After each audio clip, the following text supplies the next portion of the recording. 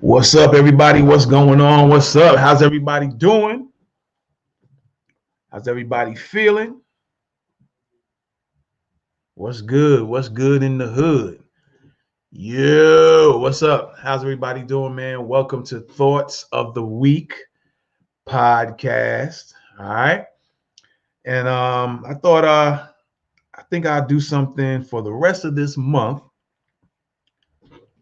Every day, I'm gonna get some Black history. All right. Every day on this podcast. All right. We're going to do a different podcast every day. I think it's like 20 days left for this month, Black History Month.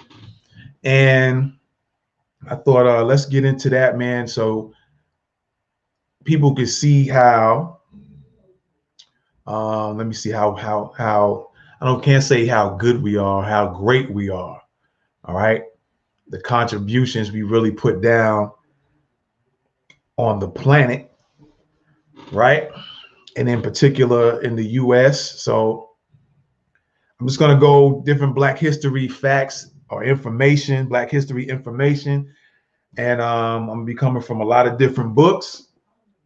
I don't know if you can see that right there. You can see the title as I put the phone up. So we're going to be hitting a lot of little areas, man. Got the Claude Anderson joint.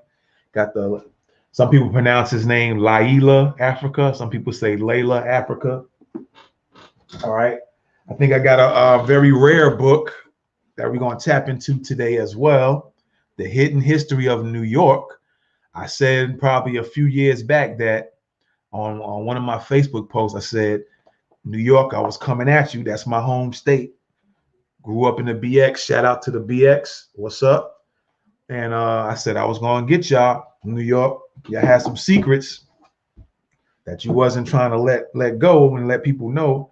So the Hidden History of New York, a guide for Black folks. So this one gonna be in conjunction with a video I'm gonna show, and that a video will be last. So yeah. So like I said, I might do some health things in here, health information one day, some Black history facts from different areas, different times, different parts of the US possibly. All right, let me see. Got another book. We're going to tap into this tomorrow. We're going to show some love, African Americans of Chattanooga, Tennessee. All right, y'all didn't probably know about that. All right, and of course, more Claude Anderson's Dirty Little Secrets, more Dirty Little Secrets. And I got a few other books up there, man. We're going to get into it. All right. So, yeah, we're going to get the Black history going. All right. As my view gets a little blurry on the camera here, let me see if I can take care of that real quick. So, yeah, the rest of this month, man, will all be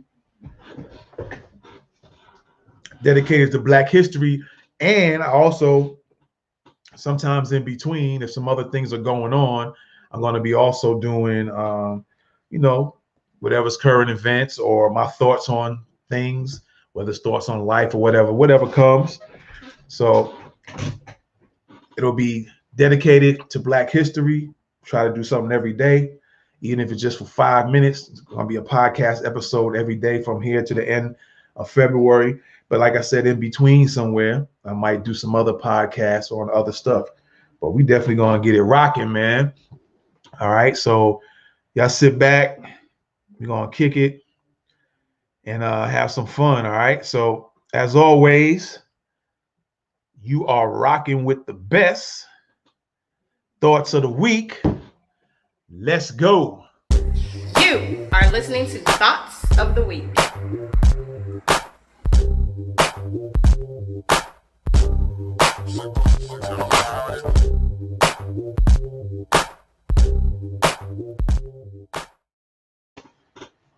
Yes, indeed. Yes, indeed. There we go. Looks like I'm back in the clear. Yeah. All right. So check it out. First, we're going to go into the African Holistic Health. All right. This book right here by Layla Africa, or some people say Laila Africa. And what I'm going to go to is, let me see here. I might have missed the page. Okay, yeah, there we go. I'm going to read something about kidney stones, man, because I had an incident last year sometime in around May, June-ish sometime roughly. I had a kidney stone, and man, that thing was kicking my butt. And so I had to have that removed. So I thought I'd go ahead and start with that because I'm sure a lot of people have issues with kidney stones. And so I'm going to start off by reading this. And hopefully, information is not too long, but hopefully this will help somebody out. All right. So kidney stones. All right. Kidney stones. All right. Stones are crystallized waste. All right. Can be in the form of minerals or fats. That's FATS, not FACTS. All right. This waste has not been broken down, catabolized or catabolized by the body and properly filtered by the kidney. The kidney is like a filter, which works by water pressure. If pressure is unstable due to high or low blood pressure, or the diet is of junk foods, it affects the kidney. Both of these effects can cause kidney stones. The kidneys help to recycle minerals, i.e. iron, and electricity in the body. So I'm going to read that part again. The kidneys help to recycle minerals such as iron and electricity in the body. I guess you guys didn't realize you had electricity in your body. All right. They concentrate and dilute mineral salts. Kidney stones can cause pain on the side of the middle and lower back. Yes, indeed. I remember that very well. The sides of the middle or lower back. There are two kidneys, one on each side of the body. They are about the size of a drinking cup, and each kidney has a tube that leads from it to the bladder. The bladder lies between the hip bones. The bladder stores liquid waste, urine, until it is ready for release. When waste collects in the body due to constipating foods and or weak, improperly fed organs, stones result. Now I'm going to read that one again. When waste collects in the body due to constipating foods and or weak, improperly fed organs, stones result. All right. Stones can cause the kidney to slightly sag and to be misaligned due to the extra weight of the stones. The kidneys are related organ complement to the testicles and ovaries and can indicate a dis-ease in the reproductive system. When the kidneys are inflamed, have stones, or lose their ability to recycle minerals, the testicles and ovaries accumulate more waste and decrease their functions. Wow. So I'm going to read that one again. When the kidneys are inflamed, have stones, or lose their ability to recycle minerals, the testicles and ovaries accumulate more waste and decrease their functions. All right. Let me see if something else in here real quick on the next page. Okay. So what I'm going to do real quick here is go over some supplements, I guess, and some remarks to the supplements and the suggested dosages. All right. And a few other things related to the kidneys. And then we're going to go on to the next thing. All right. So vitamin A supplements, 25,000 IU, aids healing kidney and urinary tissue. All right. So vitamin A helps to aid healing the kidney and urinary tissue. Vitamin B6, 50 milligrams, reduces stones. All right, keep that in mind. Vitamin B6 at 50 milligrams suggested dosage reduces stones. Now, I'm not saying you have to follow this book or whatever. I'm just giving you the information that Layla Africa, he already passed away, but he made this book and a few other books. And he's highly Dick Gregory, recommended by Dick Gregory. And of course, Dick Gregory has passed as well. So I think both of them are very valuable people in information. So I'm just giving that out to you. All right. No, you don't have to follow it. Just listen in, and maybe you will try one or two of these things, or maybe none at all. It's up to you. All right. So we did vitamin A, which aids healing kidney and urinary tissue. Vitamin B6 reduces stones. Vitamin C with bioflavonoids, 3,000 to 6,000 milligrams, inhibits stone formation.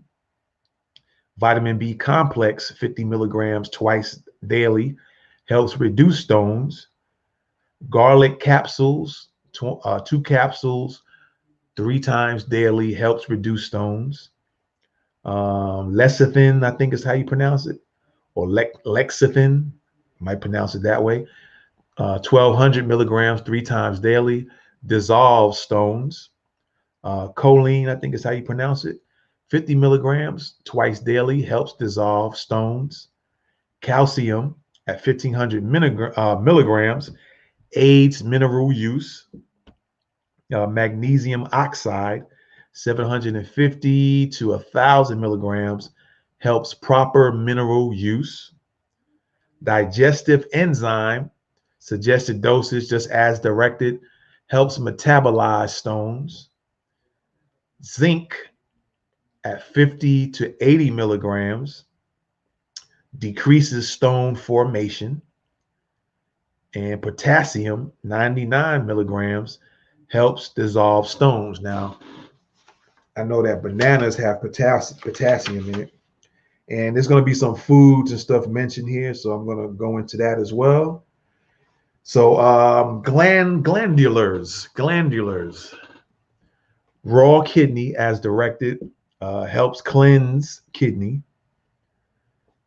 All right.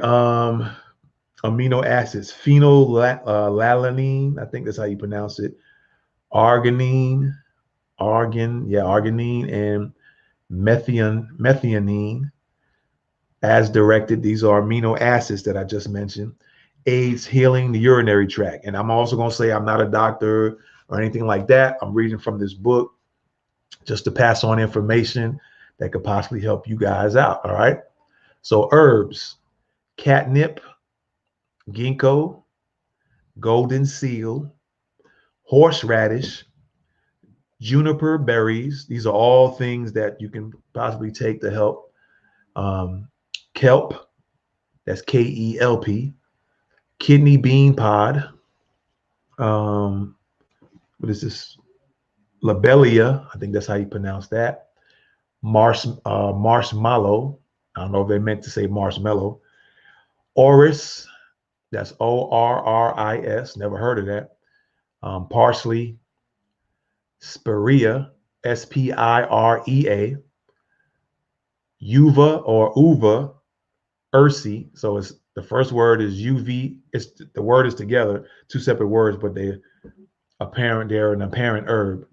The first word is UVA, and the second word of that is URSI. So uva, ursi, or uva, ursi, and wild yam.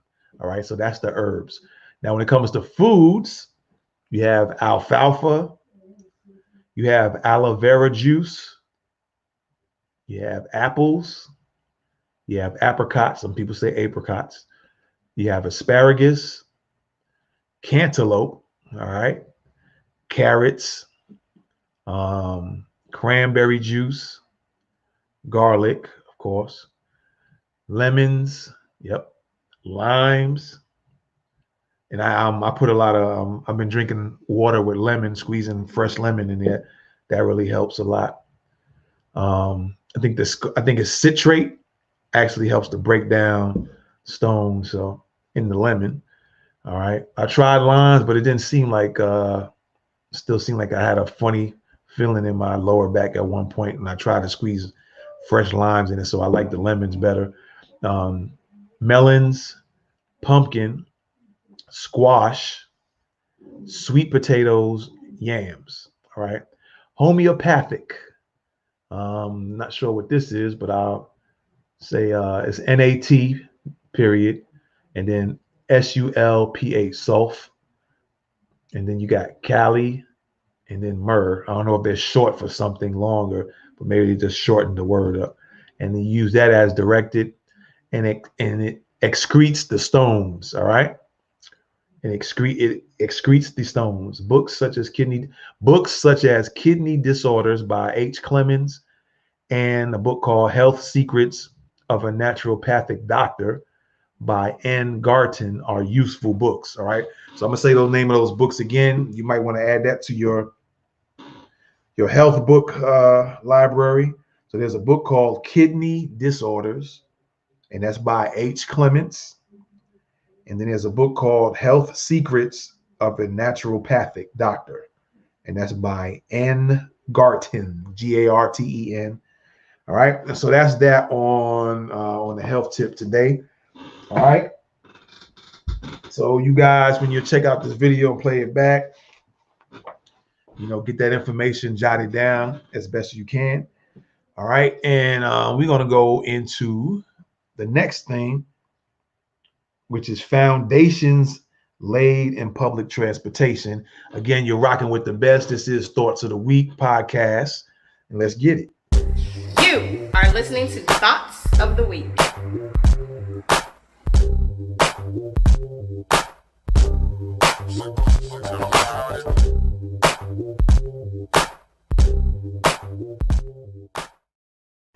All right, so we're coming from this book here, Dirty Little Secrets by Claude Anderson. All right, and I'm going to read something in the business and inventors section of the book, Foundations Laid in Public Transportation. All right, that's the title of this particular article, if you will. Foundations Laid in Public Transportation. All right, Black Americans were more involved in, let me read that again. Black Americans were more involved in mass public transportation a century ago than they are today. In the late 1800s, Blacks invented and filed for patents on a number of transportation-related devices. As examples, in 1897, A.J. Beard invented a train car coupler. In 1888, now take these names down. All right, I'm gonna say it again. In 1897, a person by the name, I don't know if it's male or female, but by the name of A.J. Beard invented a train coupler. So if you guys want to look this stuff up, all right. So A.J. Beard invented a train coupler in 1897. In 1888, a person by the name of A.B. Blackburn invented a railway signal.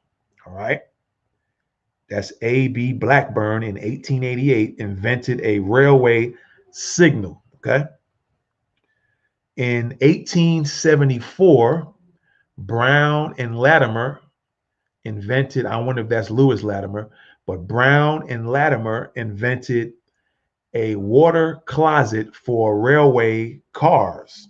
All right. So get those names and do some research on it. In 1897, a person by the name of R.A., so that's, initials, and then they give their last name. So it's R.A. Butler, R.A. Butler, invented a train alarm. All right, that's in 1897. And in 1891, George Tolliver invented a propeller for vessels. All right. Although they were fresh out of slavery and the literacy rate among slaves was 50%, Black inventors filed hundreds of patents for transportation devices. So that's even when they came out of slavery and the literacy rate was still with just 50%, all right, they still were able to file hundreds of patents for transportation devices. So if they're able to do stuff like that back then in the 1800s, just imagine black folks what you can do now with all the technology available to you, so much information available to you. You shouldn't ever have to feel like you can be stopped. All right. Even though we know there's a lot of hands at work trying to undermine black folks still today with laws, adding little laws and changing little rules and stuff like that. Still try to keep your mind in the mindset that you can still overcome. You can be just as strategic and get in and out of things and still do stuff. All right. And by no means am I under the illusion that everything is peaches and cream for black folks. I understand the games that's going on and being played. So don't misunderstand me. I'm not under any illusions. All right. So what was even more impressive was their ability with limited capital and limited training to develop businesses in nearly all forms of public transportation. All right. Blacks built and operated their own railroad lines in Pine Bluff, Arkansas, and Jacksonville, Florida. How these railroad lines compared to whites is unknown, but the black-owned railway in Pine Bluff, Arkansas, was eventually taken over by whites. All right, so these black people built these railroad systems, and it was eventually taken over by white people. All right, blacks were much more competitive. Listen to this: blacks were much more competitive in the public bus business. All right, from the 1930s until the early 1960s. All right, blacks in Winston-Salem, North Carolina, had the distinction of owning and operating the only city chartered black bus line in America called the Safe Bus Line. All right, the company had over 500 buses, maintenance buildings, and other properties. All right, it was a major employer of black drivers, mechanics, maintenance crews, and administrative staff. Although for years the company serviced only black communities, in the 1950s it won the bid against the Duke Power Bus Company, the city's white-owned line. So it was the black-owned bus line called the Safe Bus Company against the Duke Power Bus Company, which was a white bus company. All right. So I'll read that again here. Although for years the company serviced only black communities, in the 1950s it won the bid against the Duke Power Bus Company, the city's white-owned line, and began servicing both black and white communities. All right. The integration process and black efforts to ride on the front of white buses hurt the bus lines. I'm going to read that one again. The integration process, the process of integration and black efforts to ride on the front of white buses hurt the black bus line. So a lot of these black folks wanted to be on the white bus companies so bad that it started affecting the black bus companies, because they wanted to be in their space so bad and not realizing they have some value and they have a valuable bus line that they can keep operating. They felt they had to be on the white bus line, the bus line owned by the white company. All right. So that started to bring that decline down into the black bus company. All right. The Safe Bus Company went under and the white bus line reclaimed the charter bus service. All right. So I'm going to read that whole paragraph again. The integration process and black efforts to ride on the front of white buses hurt the black bus line. The Safe Company bus went under and the white bus line reclaimed the charter bus service. All right. During the same period, Winston-Salem also hosted 2 black-owned cab companies. Integration again helped put both of those black-owned cab companies out of business. Again, that integration was really a detriment than something good for black folks, because then black folks felt like, yo, if I get with the white cab company or the white bus line, then we've made it. It'll show that we've made it. But what it did, they got tricked. A lot of black folks got tricked into thinking that the white bus line or the white cab company was better than the black ones. And so they all started leaving the black bus lines and the black cab companies. And eventually that shut down and ended up causing these black-owned companies to close. So supporting black-owned companies even today is very important. So I hope y'all see the importance of that, all right? Today, these pioneering businesses are gone, and blacks can no longer boast of black-owned cabs, bus, and railway lines, all right? Black people own railway, trains, buses, and cab companies. And because a lot of black folks wanted to be in white people's faces so bad, and they thought that their products were better, that kind of shut down all the black companies. So again, I repeat how important it is to support a black company. Now, tomorrow I might show you a product or something I use, somebody who's black owned, and I'm going to shout that person out. This person, I don't get money from them. I'm not making money from it. And the person I don't even know the person personally, but I know who makes it. Is out of Chicago. A black gentleman out of Chicago makes a particular product. And I probably, if I remember to, on the next podcast tomorrow, I will put y'all in on some interesting products. It's for both men and women. The same product, men and women can use it. The same product. And I'm going to put y'all up on that tomorrow, like I said, if I remember to do so. All right. So that's something to take heed of. Understand that, you know, black people own train companies, railways, and buses and cab companies. And because they felt like the white companies were better. You always hear that the white ice is better than the black ice. They had that mentality. And so because a lot of black folks had that mentality, it ended up shutting down the black companies. The black companies were thriving as long as the black folks continue supporting it. But then they thought the white ones were better. So what happens? They got shut down. All right. So that's it with the foundations laid in public transportation. All right. So we got one more to go, and then we're going to get out of here and get ready for tomorrow. We're going to have a new like I said, some Black history fact. Not necessarily, I'm going to say fact. I want to say Black history information every day for the rest of the month of February. All right. So again, this is Thoughts of the Week podcast. Let's go. You are listening to Thoughts of the Week.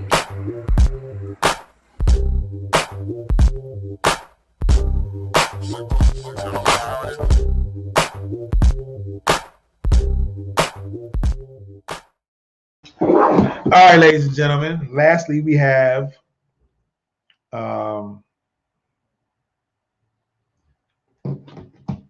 the New York Slave Revolt of 1712. All right. The New York Slave Revolt of 1712. All right. So I'm going to show you a video, but before I go into that video, I'm going to read something out of this book. Okay. This book is, again, The Hidden History of New York. I didn't know slavery went down in New York, right? A lot of foul stuff in New York happened to blacks as well.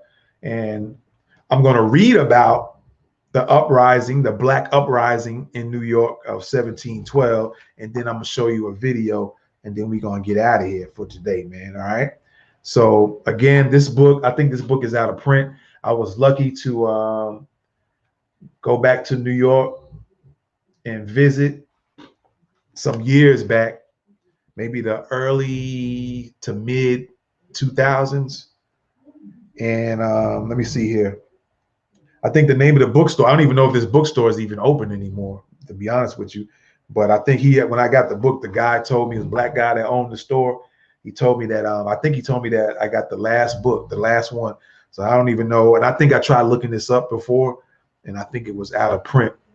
Like they wasn't selling any more of these. And I wonder why, huh? The information, I guess they don't want you to know, huh? So I'm going to read this, the Surviving the Black Uprising of 1712 in the book, The Hidden History of New York, a guide for Black folks. And let me go real quick before I do that. Again, there was the bookstore was named the Black Mind Book Boutique, excuse me.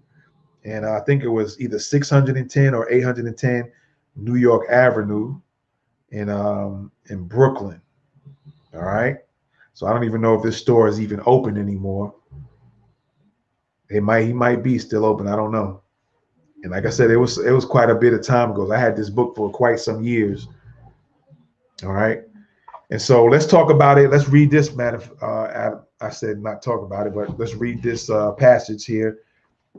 The Black Uprising of 1712. Okay, excuse me.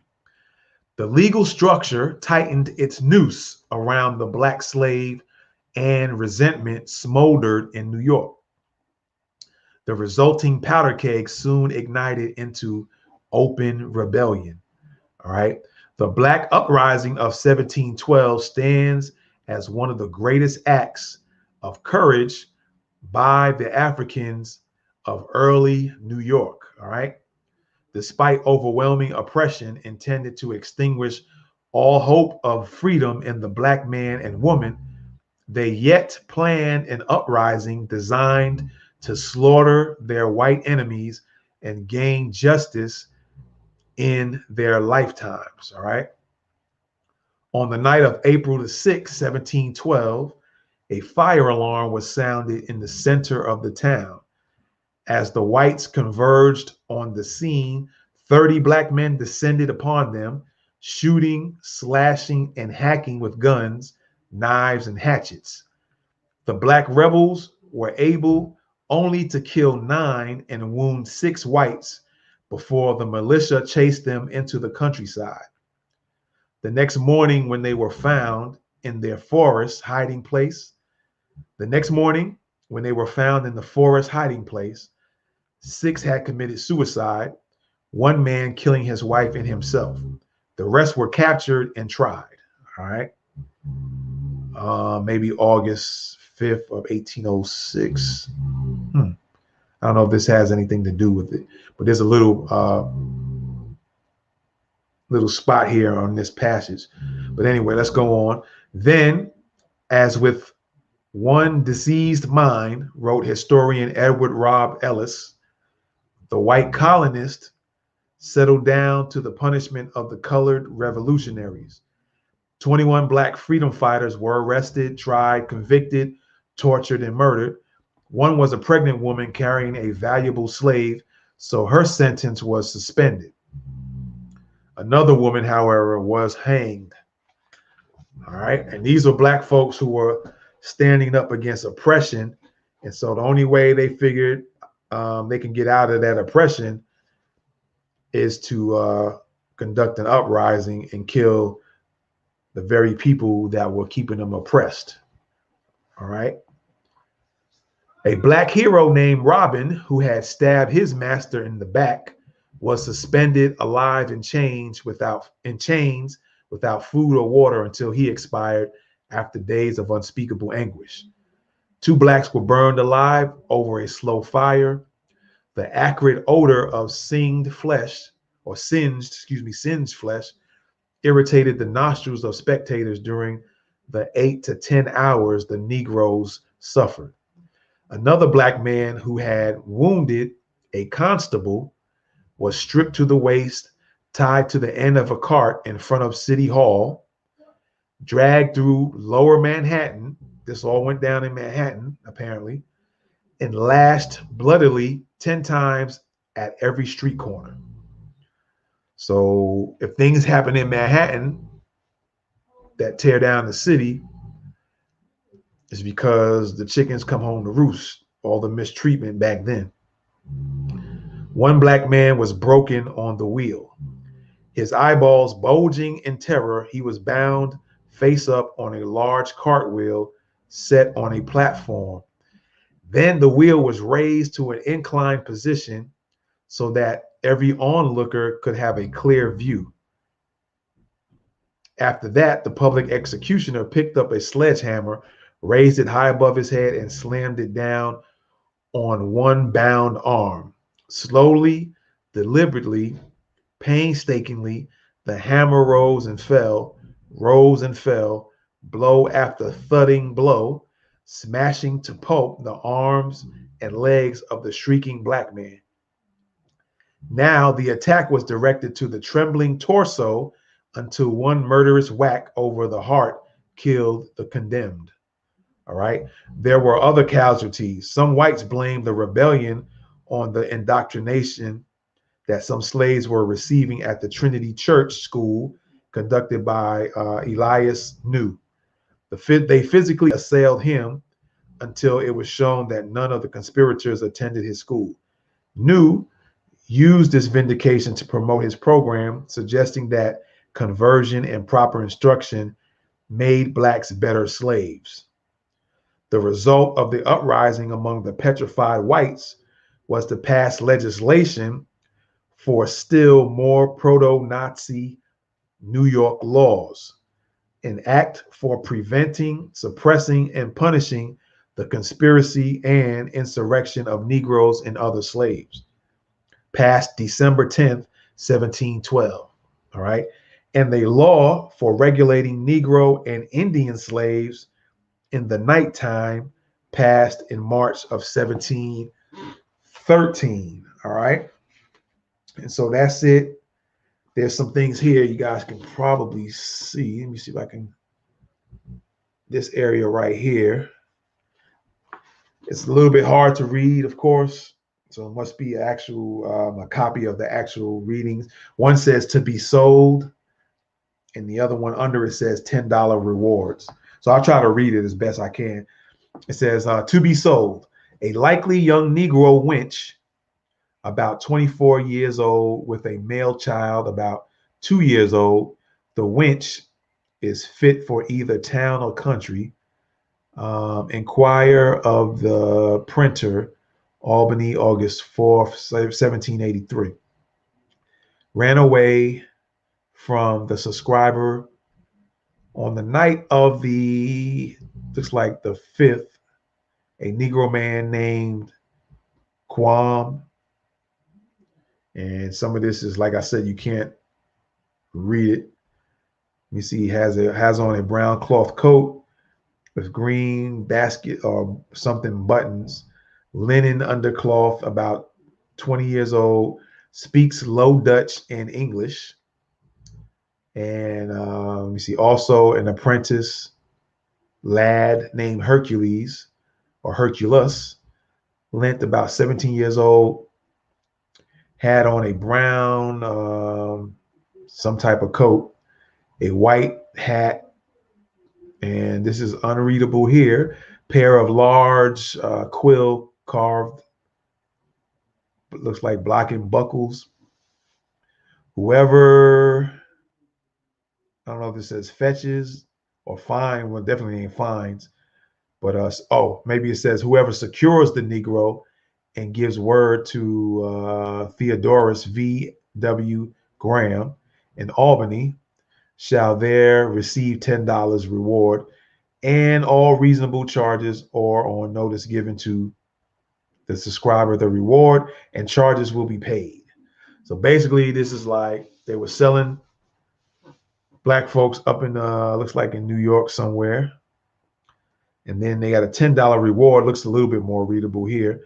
Ran away from the subscriber living in Albany on the 25th of July, a black Negro fellow named Tom, 22 years old, about 5 feet 8 inches high, has a scar below one of his eyes, his knees bent inwardly. He speaks good Dutch and English, had on, and that's something to look at too. A lot of black folks spoke different kind of languages back then. Seemed like there was kind of fluid. You'll find, and when you study some black history, some or quite a bit spoke different languages. Let me see. He had on when he went off a toe shirt and overalls, an old wool hat, looks like it says, whoever takes up said runaway and confines him in any goal and informs the subscriber so that he may get him again shall receive the above reward with all reasonable charges and many thanks from Peter Gansavort. I guess that's the slave owner.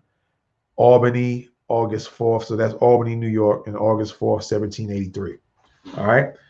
So it was going down in New York too. They don't, that doesn't get mentioned and told, but we're going to maybe get back to this book again somewhere between now and the end of this month and go over some more things that went down in New York. All right. So with that said, I'm going to add this last video that kind of coincides with what I read. And then we're going to get on out of here. All right. So here is the video. The New York Slave Revolt of 1712. Here's your Black History Minute. New York City may have a reputation for being a socially progressive place to live, but during the 18th century, it was a major hub for the North American slave trade, with thousands of men, women, and children passing through the slave market that operated in the heart of what is now the financial district. On the night of April 6, 1712, this came to a head when a group of New York slaves took up arms and revolted against their captors. Between 25 and 50 blacks congregated at midnight in New York City, New York. With guns, swords, and knives in hand, the slaves first set fire to an outhouse, then fired shots at several white slave owners who had raced to the scene to fight the fire. By the end of the night, 9 whites were killed and 6 whites were injured. The next day, the governor of New York ordered the New York and Westchester militias to, quote, drive the island. In the end, 27 people were captured hiding in a swamp near modern-day Canal Street, and the governor, Robert Hunter, reported that 6 men committed suicide rather than facing trial. Although a handful of captured slaves were spared, the majority was sentenced to brutal public executions, including being burned alive and being hung by chains in the center of town. In the years after the slave revolt, life got harsher for enslaved New Yorkers. The city enacted strict laws preventing slaves from gathering in large groups or even holding a firearm. I hope y'all catch that. Slave owners could beat a slave for no reason at all, so long as they weren't killed or maimed. Although New York eventually outlawed slavery in 1799, it remained an intrinsic part of city life until after the Civil War. Black History Minute salutes the 1712 slaves of New York for standing up against their oppressors. All right, so there you go, man. A little Black History Minute fact.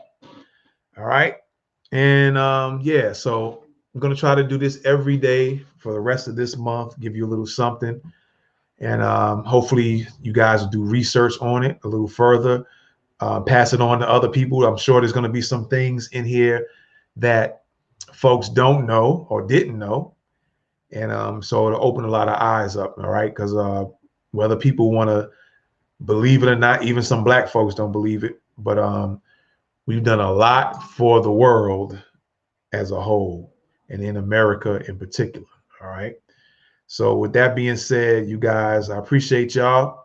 We will do it again. We will do it again tomorrow. All right, with some more Black history information. And with that being said, you rocking with the best start to the week. I will see y'all tomorrow. Peace.